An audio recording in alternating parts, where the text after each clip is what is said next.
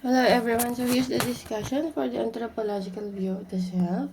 So first, let's talk about what is anthropology. So by definition, it is the scientific study of humanity concerned with human behavior, human biology, culture, societies, and linguistics in both the present and past, including archaic humans. So basically, if we study anthropology, we're going to study humans and the way they live, no? Concerning their behavior, how they look, their biological structure, no? Their culture, the societies they belong to, and their language, and a lot more, no? In both present and past, including archaic humans. Ibig sabihin, kahit yung mga sinaunang tao dito sa mundo, no?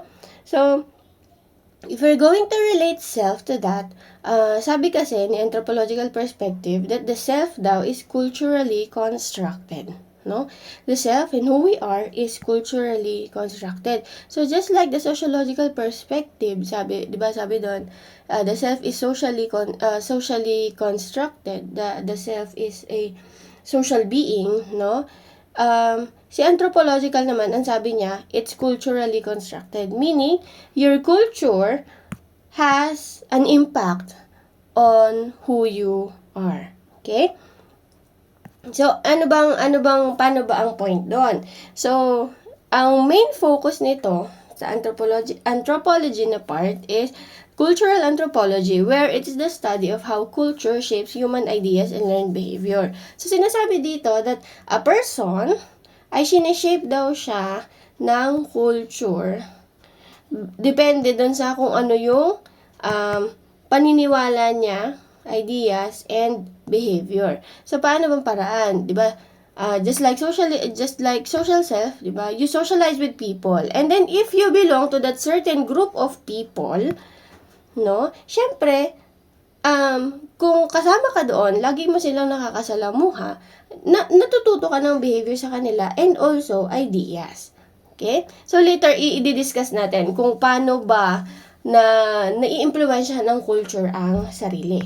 Okay? So first, let's define culture. So basically, it came from the term colere, which means tend to the earth and grow or cultivate or nurture. So basically, we can associate culture to nurture. So ibig sabihin pagyamanin, no? Natututunan. Okay? So another is it's any kind of idea, belief, technology, habit, or practice that is acquired through learning from others. So sabi ko nga, anthropology, the anthropological perspective is the bigger sociological perspective. Kasi in this part, lalakihan natin yung interaction, social interaction na part wherein we belong to a group of people that interacts and shares the same idea, therefore having a specific culture, no? So talagang masasabi natin na kagaya na lang being Filipinos. Paano ba natin i-identify sino ang mga Filipinos? Hindi, syempre hanapin natin ano ba yung pagkakapare-pareho natin? Ano ba yung Filipinos nakatira sa Pilipinas? Ano ba ang common behavior natin? Ano ba ang common na pagkakapare-pareho na? Ano ba ang pagkakapare-pareho natin? Okay? Ano pa ba? It's the integrated ideas and practice and social institutions that enable coordination or behavior in a population. So, yun na nga. When you interact within a population, a group of people, no? Yung ideas, yung practices na ginagawa mo ay most likely the same with the people in that population then. Okay? Ano ba yung mga yon? So, ito na siya. So, it can be religion. If you're going to use Filipinos as an example, ano ba ang most na religion sa Pilipinas? No? Katoliko, no? INC, yung mga yan, mga Christian, no? Food. Ano ba ang pag sinabing Filipino food? Unang maiisip mo, adobo. Diba? What we wear, how we wear it. Pag sinabing, ano ba ang traditional Filipino clothing? Sasabihin mo, barot saya, barong Tagalog. Diba? Marriage, ano ba ang point natin pag marriage, 'di ba? Parang Pilipinas na nga lang yata din since we are very traditionalist country na parang pwede lang din magpakasal dito ay isang babae at isang lalaki, no? Music, meron tayong OPM. What we believe is right or wrong. So, morals natin. Ano ba as Filipinos ang tama o mali? No? How is it at the table? How we greet visitors? How we behave with loved ones? And a million other things. So, manners, kasama din dyan. And a million other things na pagkakapare-pareho ng kultura na sinishare ng mga Pilipino. Okay? So, basically, it's related to an integrated pattern of human knowledge, belief, and behavior that depends upon one's capacity for learning. So, ibig sabihin, it's an integrated pattern. Ibig sabihin, pag pinagsama-sama na knowledge, belief, and behavior ng mga tao that belong to the same group, that you learned from them, no? And ito yon, and transmitting knowledge of succeeding generations. Ibig sabihin, yung mga natututunan mo daw sa culture na yan, hindi lang nag-i-stop sa'yo. Meron ka rin daw kakayahan na ipasa pa rin siya sa mga susunod na generation na kasama dun sa groups of people na kinabibilangan mo. Okay? So, ayan, it's also the customary beliefs, social forms, material traits of racial, religious, or social group. Okay? So, ayan yung pag sinabing culture, hindi lang siya specific na is in one country, no? Pilipino, hindi. Pag merong isang buong grupo that shares the same idea, the practices, etc., may culture yung grupo na yun. Okay? Okay, hindi ibig sabihin na Pilipino lamang, no? Hindi. Basta groups of people. Okay? Ayan, kunwari, mga taga-CL, no? Pag sinabing taga-CL, ano ba yung meron tayo? Ano ba yung culture and may traditions na meron tayo dito? O pag sinabing taga-CL, merong may Lantern Festival by December, di ba? Ayan, tayo yung mga tumatawag ng CL, sa CLSU, hindi natin binubuo. O kayo iba, sasabihin si LSU. Okay? So, ayan. So, by definition, ito ang gagamitin natin, no? Culture are characteristics and knowledge of particular group of people and shared pattern of behaviors and interactions, cognitive constructs, and understanding that are learned by socialization. Okay? Next, ano bang relevance ng studying anthropology when it comes to knowing the concept of yourself? So, to answer that, sabi niya, it provides basic assumptions about human life. No? Siyempre siguro, aside from knowing where yourself came from, dun sa philosophical, and then sa sociological, di ba, sabi, through others, di ba, hindi pa rin nila totally masasagot yung kabuuan ng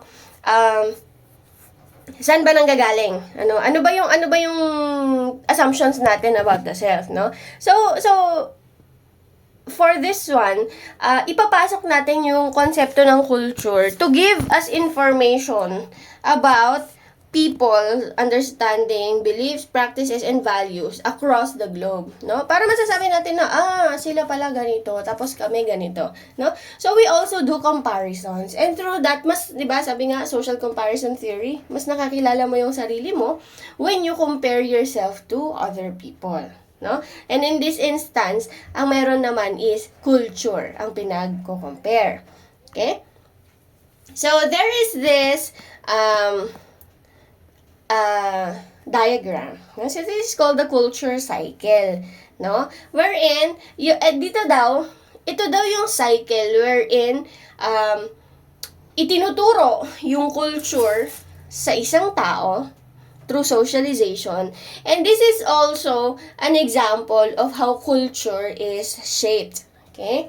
Ibig sabihin, merong idea na itinuturo sa tao, pero meron ding idea yung tao na pwedeng idagdag sa culture. Okay? So, gagamitin natin itong term that people are culturally shapers. So, cultural patterns, conditions, people's food, festivals, but significantly also, it conditions people's thoughts, feelings, and actions. So, basically, yan, itong diagram na to says, people are culturally shapers. So, dalawa ang ano niyan, yung explanation depending on where you are going. So, example, if we're going to explain this from ideas to the individuals, no? Sasabihin natin dito that people are culturally shaped. Ano ba kasing ibig sabihin nitong mga laman na to, no? So sabi, sa isang culture daw, syempre merong ideas that is shared by institutions or groups of people, no? And yung ideas na yon ay natututunan through interaction. Yung natututunan ng isang individual through interaction, no? So ibig sabihin, kapag pinanganak ka sa isang grupo na kung saan meron silang culture, okay? Para matutunan mo yon, you interact with them. Okay? So, ayan, you interact with those people. That's why, di ba, yung way ng pamumuhay mo is the same with the people around you. Therefore, you are practicing the culture of the group of people that you belong to. Di ba? So, therefore, making us people are culturally shaped, no? Kasi culture ang nag-shape sa atin. Ano ba yung idea natin ng bagay-bagay? Culture ang merong, culture ang nagturo sa atin nun, no? Ngayon, pasok natin yung term na people are cultural shapers or people are shapers. Okay? Ibig sabihin, punta tayo dito from individuals to culture naman. Ay, to ideas, no? Ibig sabihin, kunwari, there are instances, ayun, matanda ka na, and then, merong isang idea sa culture nyo na hindi ka okay na. For example, hindi na siya relevant sa panahon ngayon.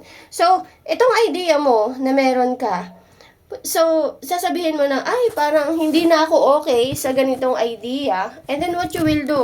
Para magkaroon ng impact yung idea mo na yon, no? You interact with people.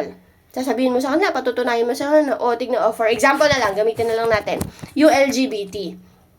Diba, 50 years ago, LGBT is seen as salot, no? But ngayon, LGBT is everywhere. LGBT is somewhat generally accepted, no? Ngayon, paano nagkaiba? Paano nagkaroon ng pagkakaiba, no?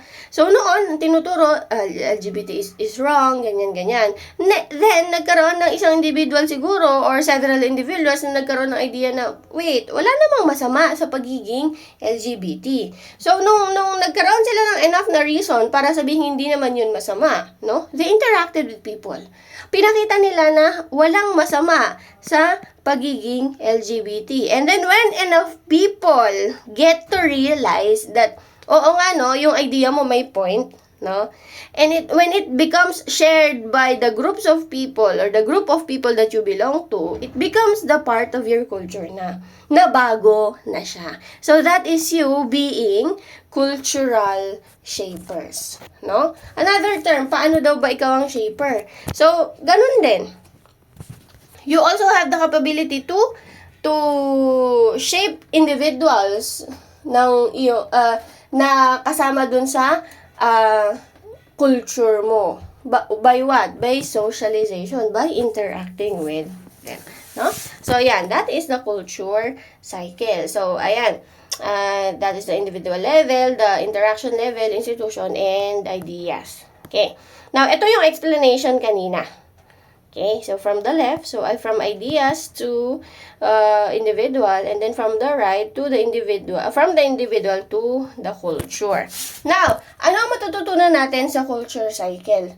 So there is what we call several things that we can learn. No, first one, the individual is a part of the culture rather than an entity separate from it. So if you're going to look at this, no, hindi mo daw pwedeng tanggalin dyan yung individual. Kasi pag tinanggal mo yung individual, sino ang mag-i-interact? Kunwari nasa labas dyan yung individual, isang factor lang daw, hindi. Hindi mo pwede siyang tanggalin. Kasi sino mag-i-interact kung walang individual? Diba? Paano magkakaroon ng institution kung walang individual? Kung walang institution, walang ideas about a culture na mabubuo. So the individual is always a part of the culture cycle. Ano pa? All four levels are important. O, balik tayo doon. Okay, all four levels are important. Hindi mo pwedeng sabihin, ay, tanggalin ko na to. Hindi na relevant. Mag-skip na tayo dito. No? Hindi yan. Kasi hindi ka makakashare ng ideas kung walang interaction. Okay? Hindi ka rin magkakaroon ng institution kung, inevitable yung pagkakaroon ng institution kung lagi kayong nag-i-interact naman. Ay, wait. Nawala na siya. Ayan, ayan. Okay? So, yun. Kung merong institution na nag-i-interact, imposibleng walang mabuo na ideas. Okay? So, all the levels are equally important. Mas lalo na yung individual. Kasi kung walang magsisimula na individual, walang mabubuo na culture. Pero, hindi ibig sabihin na siya na yung pinaka-importante. All levels are equally important. Ano pa ba? What can we learn? Cultures are dynamic, never static. All levels continually influence each other, and a change at any one level can produce change in other levels. So just like our social self, no? Si culture is always changing din. 'Di ba? Kasi nga, it starts from the individual. So when the individual, the self of the individual is always changing, may epekto at may epekto yun sa kanilang culture. Kasi, for example, nagkaroon ka ng, na-encounter ka na isang idea ngayon. So, may natutunan ka. Yung through interaction. So, yung social self mo, bago na naman, di ba? Nagkaroon ka na naman ng panibagong pananaw. Ngayon, yung pananaw na yun, sabi mo, magandang i-share to kasi relevant siya sa culture ko. No? So, anong gagawin mo? You interact with people until that idea that you seem, the pananaw mo ay tama para or maganda para sa culture mo, ay naging accepted na lang din sa institution. No? It becomes part of the culture. So that is an example of how cultures are also changing, no? Because individuals are always changing then. Okay?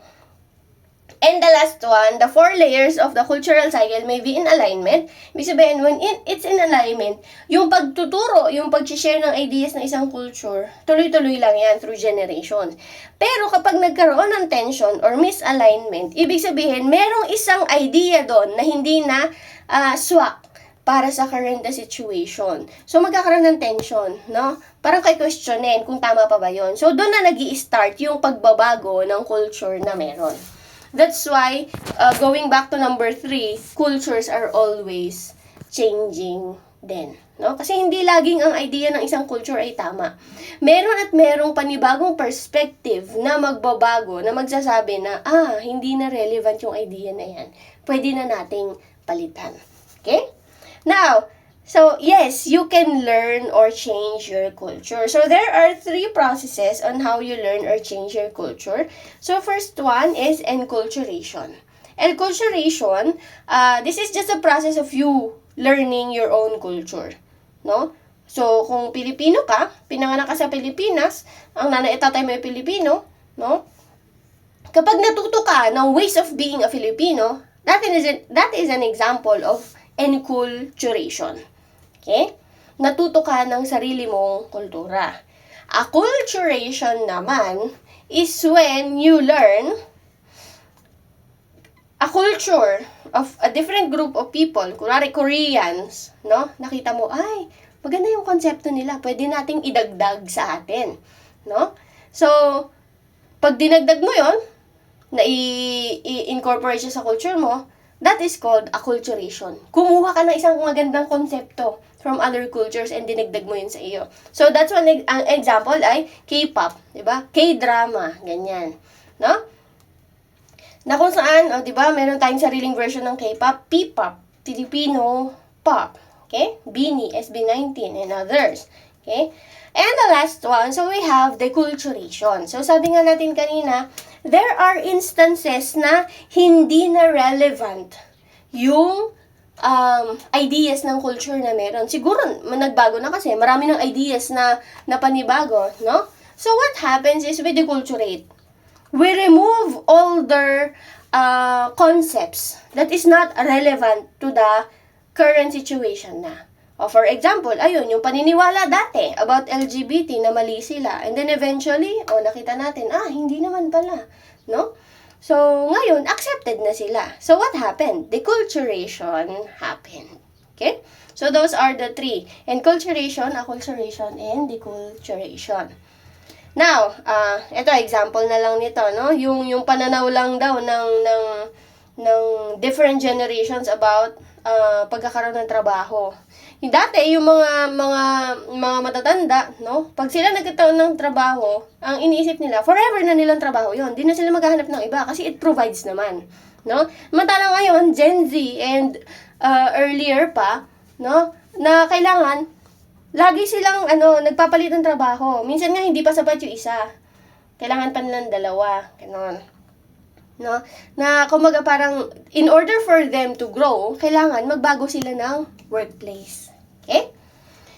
Now, there are two kinds of culture. So, it's in the head and in the world. So, material and non-material. No? So, there are material culture, anything that you can touch. And non-material culture, ano ba yung mga hindi mo pwedeng hawakan? No? Practices, beliefs, habits. Huh? So, yan. Material and non-material. Now, here, there is what we call cultural relativism.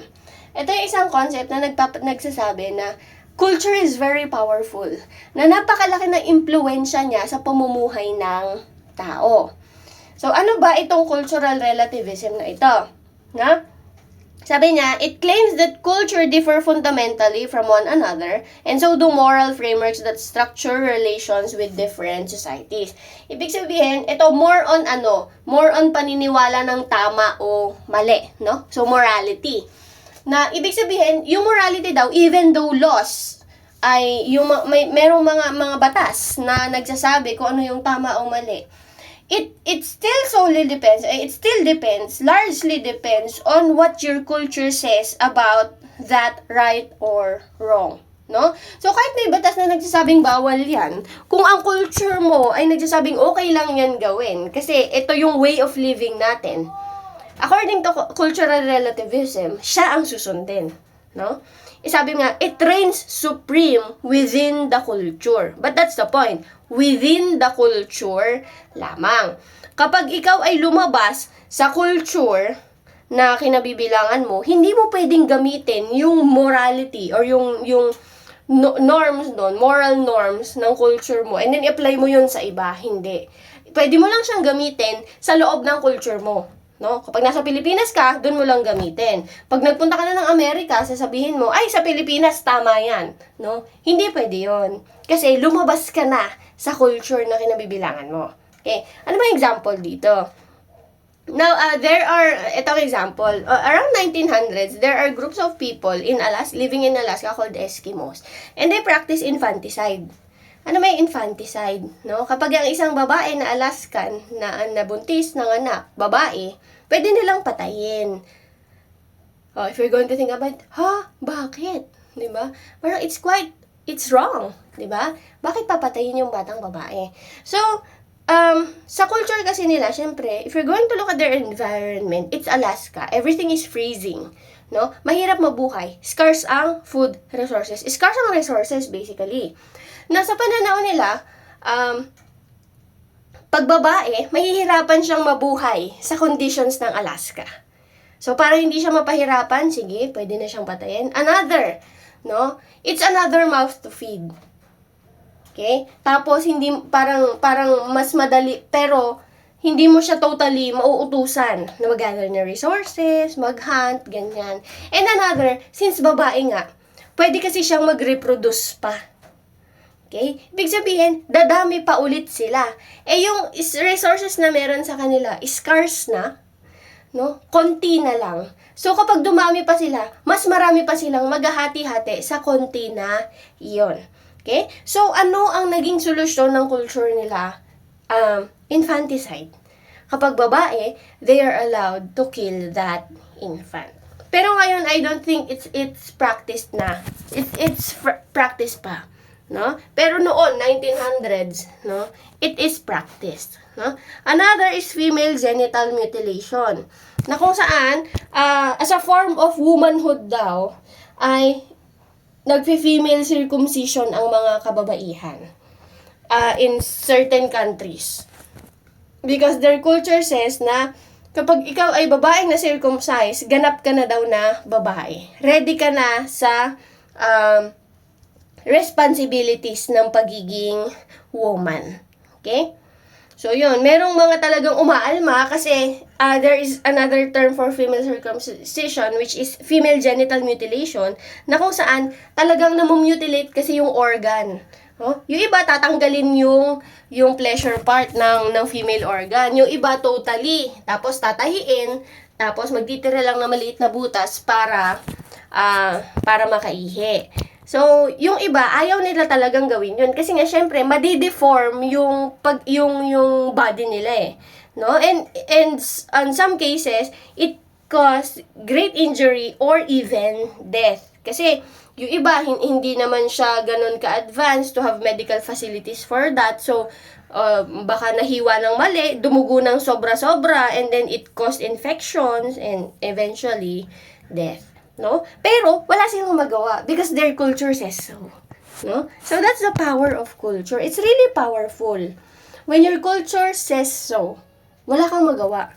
No? That's how powerful culture is. Pero yun nga, pag lumabas ka, no, sa culture mo, kunwari, isa kang Pilipino, nakapangasawa ka ng Alaskan, umuwi ka ng Pilipinas, nabuntis ka ngayon, anak niyo, babae, kung sabi ng Alaskan na yun, patayin na natin yan because my culture says so. Hindi pwede. Kasi wala siya sa Alaska. No? Ang sabi, cultural relativism reigns, your culture reigns supreme within the bounds of the culture lamang. Kapag nasa loob ka lang ng kultura nyo. Pero kung nasa Pilipinas ka, no, hindi pwedeng gawin yon. However, kung ikaw naman ay Pilipino, nakapangasawa ng Alaskan, sa Alaska kayo tumira, Eskimo siya, nanganak ka, babae, sabi niya patayin, wala kang magagawa. Okay? So, ayun. So, that is cultural relativism. Okay? Ano pa? Ano pa ang power nun? Ano pa ang, gano'n ka-powerful ang cultural relativism? Yung concepts natin ng masculinity and femininity, that is due to culture din. Sino ba yung mga lalaki, di ba sabi dapat sila yung magpo-provide sa pamilya, ganyan, yung mga babae sa bahay lang, mag-alaga ng anak, ganyan. Ano pa? Ayan, even biology. Yung concept yung sa katawan ng tao, kung ano yung maganda, kung ano yung attractive, kayang apektuhan niya ni culture, no? Ano bang example? So here's an example. So the Padwang people of Thailand or Myanmar, no? Para sa kanila, mas maganda ka kung mas mahaba yung leg mo. So what are they going to do? No, maglalagay sila ng ring sa leg nila para humaba. The longer the necks they have, the more attractive they are. Okay? Another, so Morsi, Shai, and Tirma tribe in Africa, no? So, for this one, lip plates naman ang meron sa kanila. The bigger the facial accessory you have, the more attractive you are. No? So, yung gagawin, yung upper lip nila, bubutasan nila, lalagyan nila ng bilog. And then, eventually, palaki yung bilog na yun pag gumagaling yung sugat. The bigger it is, the more attractive they become. No? Pero pag sa Pilipinas, dinala mo yan, di ba? Parang, ay, hala, ate, anong nangyari sa'yo? Ba't ka ganyan? Di ba? It's not normal for us. But it's for them. It's attractive for them. Okay? Ayan, even, males. So, ayan, ganyan din sila. So, imagine na lang natin paano sila kumakain. Even their ears, yung tenga nila, ganun din. Ayan, Yan. So, that is cultural relativism. Okay?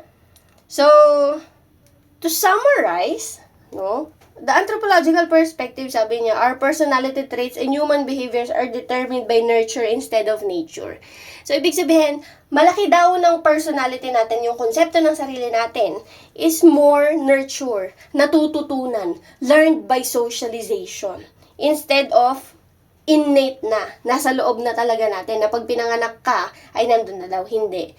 It's more on nurture, or learning from others. Okay?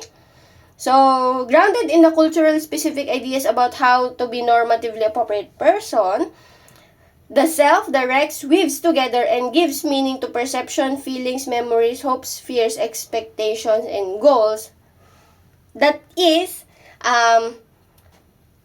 taught by our own culture. No? So, kapag nagkaroon na tayo ng enough na knowledge about our culture, meron din naman tayo kasing kakayahan para baguhin yun. Okay? So, yun. So, that is the self in the cultural perspective, that the self is culturally constructed. Okay? So, Yun, that ends the discussion for anthropological perspective. Should you have any questions, pwede kayong magtanong via email or mag-post sa ating Google Classroom. So, that's it everyone. Thank you for listening.